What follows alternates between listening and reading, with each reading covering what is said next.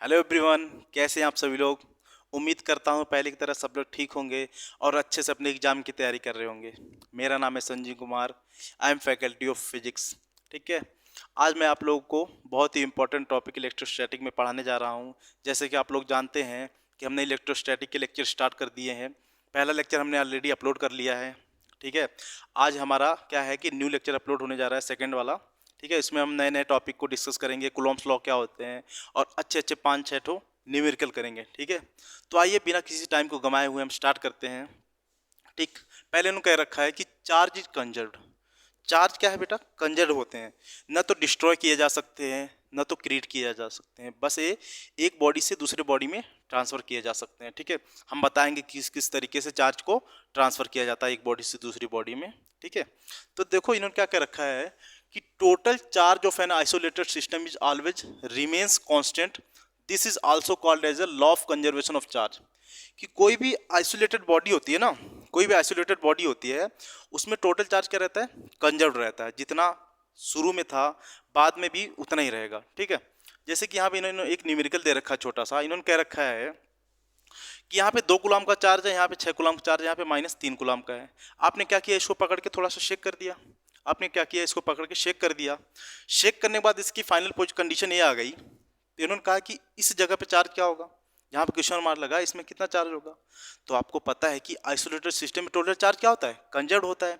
तो जितना इनिशियल में चार्ज होगा बेटा, उतना ही बाद में भी चार्ज होगा। ठीक है। तो ध्यान से देखो, यहाँ पे कितना है? 2 कूलम का प्लस 6 कूलम का माइनस 3 कूलम का इक्वल टू क्या हो जाएगा? 4 प्लस 2। यहाँ मान लो कुछ नहीं है तो क्यू मान लो, क्यू। ठीक है। इसी क्यू को निकालना है। तो 2 प्लस 6 कितना हो जाएगा? 8।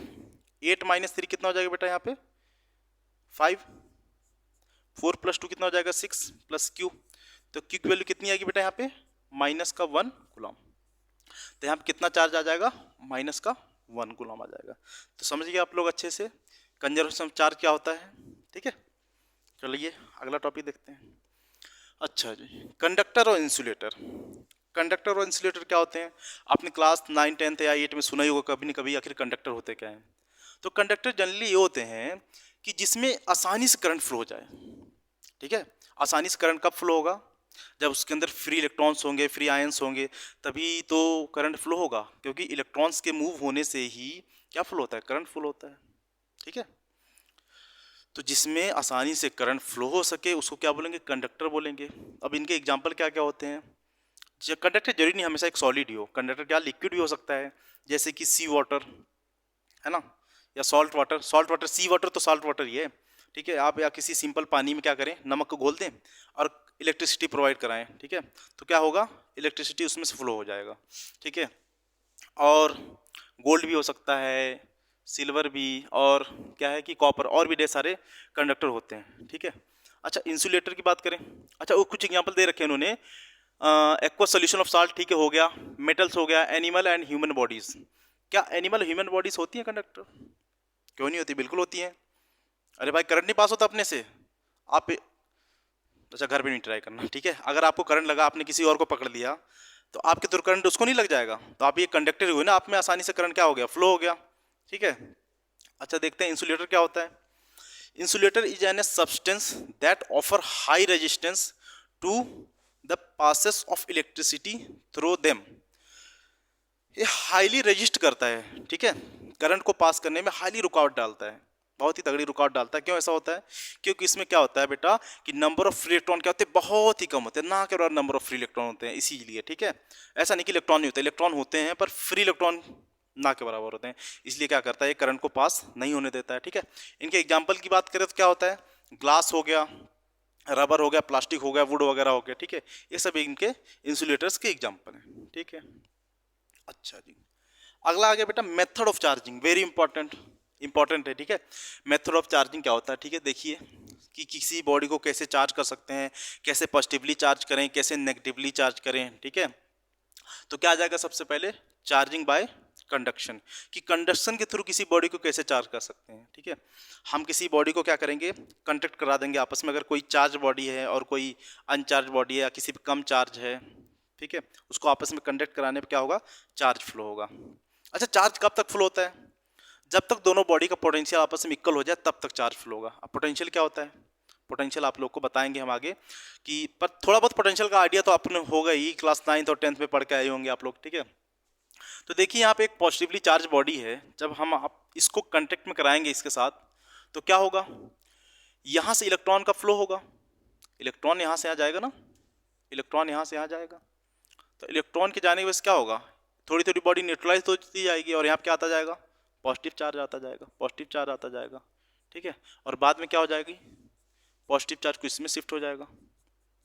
समझ में आ रहा है क्यों हुआ, क्योंकि इलेक्ट्रॉन यहाँ से जाएगा, इसको न्यूट्रलाइज करेगा और इलेक्ट्रॉन के जाने की वजह से इसमें क्या आ जाएगा, पॉजिटिवली चार्ज आ जाएगा, ठीक है।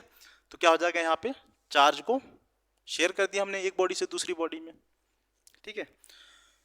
अगर बात करें, अगर बात की जाए कि इक्वल शेप एंड साइज के दो बॉडीज हैं, दो स्पेयर हैं, तो उसमें चार्ज भी क्या होता है, इक्वली डिवाइड हो जाता है, उसमें चार्ज भी क्या होता है, इक्वली डिवाइड हो जाता है। आज ये देखते हैं। अच्छा, पोटेंशियल के बारे में आप लोगों ने सुना नहीं, फिर भी मैं पोटेंशियल के बारे में अच्छे से बताऊंगा, पर एक हल्की सी चीज़ जानिए, जो पोटेंशियल होता है ना वो डायरेक्टली प्रोपोर्शनल होता है चार्ज बाई, कोई स्पेयर है तो उसके रेडियस के रेशियो के इक्वल होता है, चार्ज बाई रेडियस के रेशियो के प्रोपोर्शनल होता है। तो अगर किसी बॉडी को आपस में कांटेक्ट कराएं, अगर साइज, अच्छा पोटेंशियल कब तक चार्ज फ्लो होगा, चार्ज कब तक फ्लो होगा उसमें, जब तक दोनों का पोटेंशियल सेम ना हो जाए, ठीक है। तो सपोज दैट कोई बॉडी है जिसमें शुरू में चार्ज मान लो कि Q1 है, ठीक है, इसका रेडियस मान लो R1। अब दूसरी बॉडी है जिसका रेडियस है R2 और इसमें चार्ज है Q2, ठीक है। आपस में जब इनको हमने कांटेक्ट कराया तो क्या हो जाएगा, इनका पोटेंशियल सेम हो जाएगा, ठीक है। मान लो कि पोटेंशियल जब सेम हुआ तो इनमें चार्ज आ गया Q1 डैश कैपिटल Q1, इसका रेडियस थोड़ी चेंज हो जाएगा, ठीक है। अब इसका क्या हो जाएगा, suppose that capital Q2, radius तो वही रहेगा, ठीक है। अच्छा बेटा, जब पोटेंशियल सेम हुआ तो चार्ज बाई रेडियस के रेशियो भी सेम हो जाएगा बाद में, है ना। तो Q1 डिवाइडेड बाय R1 क्या हो जाएगा, Q2 डिवाइडेड बाय R2। बात समझ में आई, पोटेंशियल सेम हुआ तो चार्ज बाई रेडियस का रेशियो भी तो इक्वल रहेगा, है ना। पोटेंशियल सेम हो गया तो चार्ज बाई रेडियस का रेशियो भी इक्वल हो गया। प्रोपोर्शनलिटी कोई मतलब नहीं, प्रोपोर्शनलिटी कट जाएगा, जो भी प्रोपोर्शनलिटी कांस्टेंट आएगा क्या हो जाएगा, कैंसिल आउट हो जाएगा। अच्छा, एक और चीज, चार्ज कंजर्व्ड होता है, मतलब कि जितना इनिशियल में चार्ज था बॉडी पे, total charge small Q1 plus small Q2 उतना ही बाद में भी होगा, Q1 प्लस Q2 उतना ही बाद में भी होगा। बात सही आ रही कह रहा हूँ कि नहीं, जितना इनिशियल में चार्ज होगा Q1 प्लस Q2 उतना बाद में capital Q1 plus capital Q2 को होगा, क्योंकि चार्ज क्या होते हैं, कंजर्व्ड होते हैं, ठीक है। तो आइए एक छोटा सा न्यूमेरिकल करते हैं इस पे, जैसे कि सपोज दैट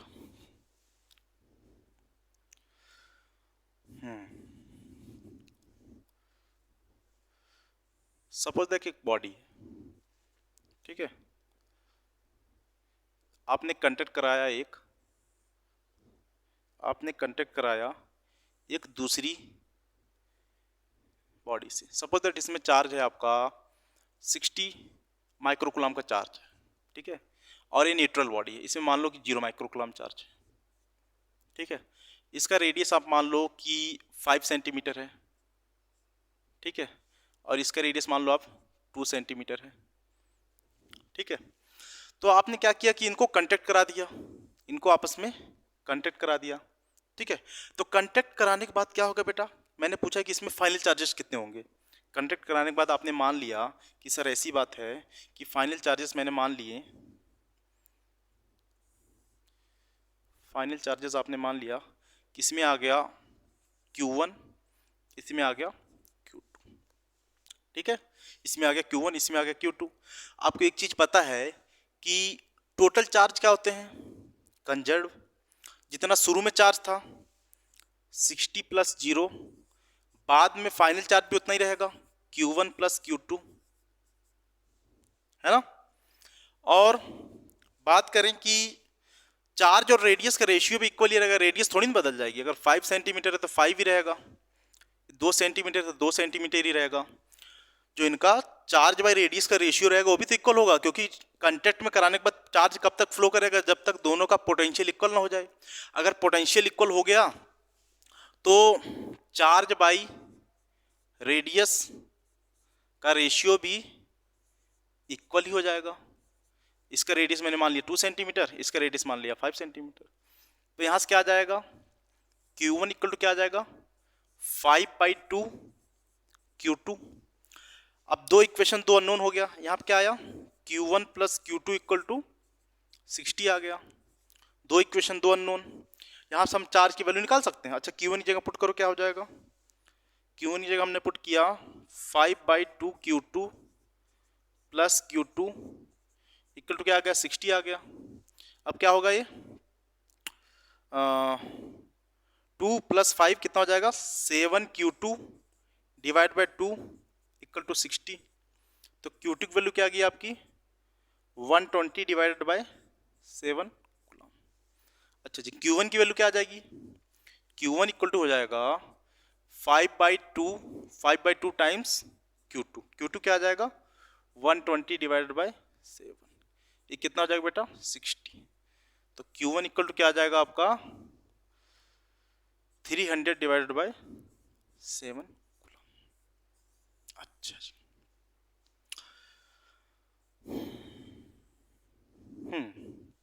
बात समझ में आई आपके। अच्छा, इन दोनों को ऐड करने से 60 आना चाहिए। जो Q1 Q2 आया, दोनों को ऐड करोगे 60 आएगा कि नहीं, क्योंकि टोटल चार्ज क्या कंजर्व्ड है। शुरू में टोटल चार्ज कितना था 60 था, ठीक है। अच्छा माइक्रो कूलम में आ गए, माइक्रो कूलम में, ठीक है। शुरू में यूनिट क्या दे रखी है, माइक्रो कूलम दे रखी है। अच्छा ऐड करोगे क्या हो जाएगा 120 divide by 7, 300 divide by 7, 120 divide by 7 plus 300 divided by 7। जब इनको ऐड किया तो क्या आ जाएगा 420 डिवाइड बाय 7 और कितना कैंसिल आउट हो गया 60 माइक्रोकूलम। तो यहाँ से ये पता लग रहा है चार्ज क्या होंगे बेटा, कंजर्व्ड होंगे, ठीक है। क्या बात समझ में आया, कर लेंगे आप लोग ऐसे न्यूमेरिकल, ठीक है। आगे आइए, चार्जिंग बाय फ्रिक्शन, कि फ्रिक्शन के थ्रू किसी बॉडी को कैसे चार्ज किया जाता है, देखते हैं। सपोज दैट दो बॉडी है, आपने उनको रब किया, रब करने से क्या होगा, हीट जनरेट होगी। हीट की वजह से क्या होगा, इलेक्ट्रॉन क्या करेगा, अपने ऑर्बिट से बाहर आ जाएगा, ठीक है। इलेक्ट्रॉन क्या होगा, ट्रांसफर होगा, एक बॉडी से दूसरी बॉडी में ट्रांसफर होगा। समझ पा रहे हो, एक बॉडी से दूसरी बॉडी में ट्रांसफर होगा। अच्छा जी, यहाँ पे क्या हो जाएगा आपका, आपने हीट किया सपोज दैट, तो इलेक्ट्रॉन क्या होगा, एक बॉडी से दूसरी बॉडी में ट्रांसफर होगा, एक बॉडी से दूसरी बॉडी में ट्रांसफर होगा। तो यहाँ पे क्या आ जाएगा, प्लस प्लस का आ जाएगा आपका, यहाँ पे आ गया क्या आ जाएगा, नेगेटिव नेगेटिव का आ जाएगा। आप इनको अलग अलग कर सकते हो, ठीक है। तो चार्जिंग बाय फ्रिक्शन कुछ इस तरीके से होगा, आप किसी बॉडी को आपस में फ्रिक्शन करोगे, ठीक है, आपस में रगड़ोगे तो क्या हो जाएगा, हीट जनरेट होगी। हीट की वजह से क्या होगा, इलेक्ट्रॉन क्या करेगा, एक बॉडी से दूसरी बॉडी में जाएगा, ठीक है। उसकी वजह से क्या आ जाएगा, बॉडी चार्ज हो जाएगी, चार्ज बॉडी हो जाएगी। जैसे कि कुछ अपने बचपन में देखा होगा कि बच्चे क्या करते हैं, कागज़ के टुकड़े को फाड़ लेते हैं और पेन से अपने आप सर में रगड़ते हैं और इससे देखते हैं कि अट्रैक्ट हो जाता है। ऐसे होता क्या है, होता क्या है जनरली, फ्रिक्शन के थ्रू तो कुछ चार्ज आ गया इस पर, ठीक है, कुछ चार्ज आ गया इस पर। अब जब कागज़ के पास ले जाएंगे तो कागज़ में भी ड्यू टू इंडक्शन की वजह से कुछ ना कुछ अपोजिट चार्ज जनरेट हो जाएगा, जिसकी वजह से कागज़ क्या हो जाएगा, अट्रैक्ट हो जाता है, ठीक है। और चार्जिंग बाय इंडक्शन भी हम आपको बताते हैं कि इंडक्शन के थ्रू कैसे चार्जिंग होती है, ठीक है। देखते हैं, ये रहा कि चार्जिंग बाय इंडक्शन देखो कैसे होता है। सपोज दैट कोई रॉड दी गई है, कोई रॉड है जिसके ऊपर प्लस प्लस का चार्ज है, ठीक है। अच्छा प्लस प्लस का चार्ज है रॉड के ऊपर, तो इस सामने वाली बॉडी पे क्या होगा, शुरू में बॉडी क्या है, न्यूट्रल है, टोटल चार्ज क्या है, मान लो 0 है, ठीक है। अच्छा प्लस का है तो इसमें बॉडी को क्या करेगा, यहाँ पे अगर प्लस का चार्ज हो क्या करता है, रिपल करता, और नेगेटिव चार्ज हो क्या करेगा, अट्रैक्ट करेगा, ठीक है। बाय इंडक्शन के थ्रू यहाँ पे क्या आ जाएगा, नेगेटिव चार्ज आ जाएगा, और प्लस चार्ज जो होगा इधर क्या हो जाएगा, रिपल होकर इधर साइड आ जाएगा, ठीक है। तो बॉडी अभी भी क्या है, ओवरऑल न्यूट्रल ही है। जितने नेगेटिव चार्ज जनरेट हुए उतने ही जनरेट इंड्यूस हुए, उतने ही क्या है, पॉजिटिव चार्ज भी है। ओवरऑल बॉडी क्या है, न्यूट्रल है, क्योंकि शुरू में क्या थी, बॉडी न्यूट्रल ही थी। शुरू में चार्ज क्या था, जीरो था, बाद में भी चार्ज क्या रहेगा, जीरो रहेगा। पर आप क्या करना चाहते हैं, आप कह रहे हैं कि सर नहीं नहीं, मैं ऐसा ही कि इसको नेगेटिवली चार्ज करना चाहता हूँ, सपोज दैट। अच्छा ठीक है, इसको अगर नेगेटिवली चार्ज करना चाहते हो क्या करो, क्या कर सकते हो आप, नेगेटिवली चार्ज करना चाहते हो तो ऐसा काम करो आप, इसकी बेटा आप कर दो अर्थिंग। अर्थिंग करने से क्या होगा, अर्थिंग करने से क्या होगा बेटा, यहां से इलेक्ट्रॉन आएगा, अर्थ क्या होगा, इलेक्ट्रॉन आएगा। इलेक्ट्रॉन क्या करेगा, इस पॉजिटिव चार्ज क्या करेगा, न्यूट्रलाइज कर देगा। ठीक है, इन सभी पॉजिटिव क्या कर देगा, न्यूट्रलाइज कर देगा। न्यूट्रलाइज होने के बाद क्या बचेगा इसके ऊपर, सिर्फ का सिर्फ नेगेटिव चार्ज बचेंगे, सिर्फ नेगेटिव चार्ज बचेंगे। तो बॉडी कैसी हो जाएगी, नेगेटिवली चार्ज हो जाएगी। ठीक है, अगर आप नेगेटिवली चार्ज करना चाहते हैं किसी बॉडी को तो कुछ इस तरीके से चार्ज कर सकते हैं। ठीक है, अच्छा जी, अच्छा अच्छा ठीक है। देखो एक न्यूमेरिकल आ गया है, इसमें क्या कह रखा है न्यूमेरिकल में, ध्यान से देखो। ठीक है, कह रखा है कि if you put a charge body is near to a neutral conductor will it attract the conductor और रिपल इट। अच्छा जी, आपने क्या कह रखा है कि कोई चार्ज बॉडी है, सपोज दैट कोई चार्ज बॉडी है, मान लो चार्ज बॉडी है, इस पे प्लस प्लस का चार्ज है। ठीक है, आपने एक न्यूट्रल बॉडी के सामने रख दिया। न्यूट्रल बॉडी के सामने रख देंगे तो क्या होगा, ये क्या करेगा, इसमें अगर नेगेटिव चार्ज इंड्यूस होगा तो इसके सामने आ जाएगा, और पॉजिटिव वाले क्या कर देगा, रिपल कर देगा। पॉजिटिव वाले क्या कर देगा, रिपल कर देगा, और नेगेटिव वाले क्या करेगा, अपनी तरफ अट्रैक्ट करेगा। अब देखो ना, अपोजिट चार्जेस आ गए, तो अपोजिट चार्जेस क्या करते हैं, एक दूसरे को अट्रैक्ट करते हैं। बात समझ में आया। अगर कोई न्यूट्रल बॉडी है, अगर किसी से आप मान लो सपोज दैट पॉजिटिव बॉडी के सामने लाते हैं तो इंड्यूस होकर क्या आ जाएगा, नेगेटिव चार्ज सामने आ जाएगा, और पॉजिटिव चार्ज रिपल होकर क्या चला जाएगा, दूर चला जाएगा। तो बॉडी क्या हो जाएगी, एक दूसरे को अट्रैक्ट करेगी। ठीक है, सेम कंडीशन नेगेटिव चार्ज में होती है। अगर यहाँ नेगेटिव होता तो पॉजिटिव आ जाता, ठीक है, उधर साइड क्या हो जाते हैं, नेगेटिव हो जाते हैं और आपस में अट्रैक्ट करने लगते हैं। तो क्या हो जाएगा इसका आंसर, एक दूसरे को अट्रैक्ट करेगी। अच्छा जी, हाँ आ जाइए, जिसका आप इंतजार कर रहे थे इतने देर से कि